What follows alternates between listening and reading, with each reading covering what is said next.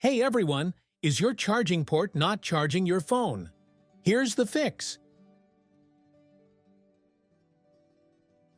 If your phone isn't charging, you might think you need a new battery or a new charging port.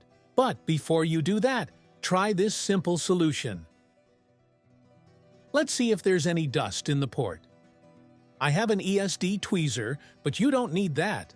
You can also use a needle or the SIM card opener. Just something thin, so you don't break the 8 pins inside the port. Make sure you're cleaning from side to side because there are no pins on the sides. You can't blow it out or vacuum it out.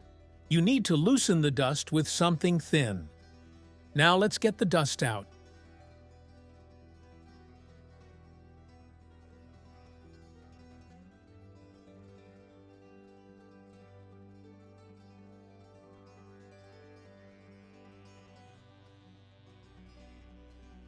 I think all the dust should be out now. Let's try and charge again. Now it charges. If it still doesn't charge after this, then you might need to replace the charging port. Thank you for watching. Like and subscribe for more tips.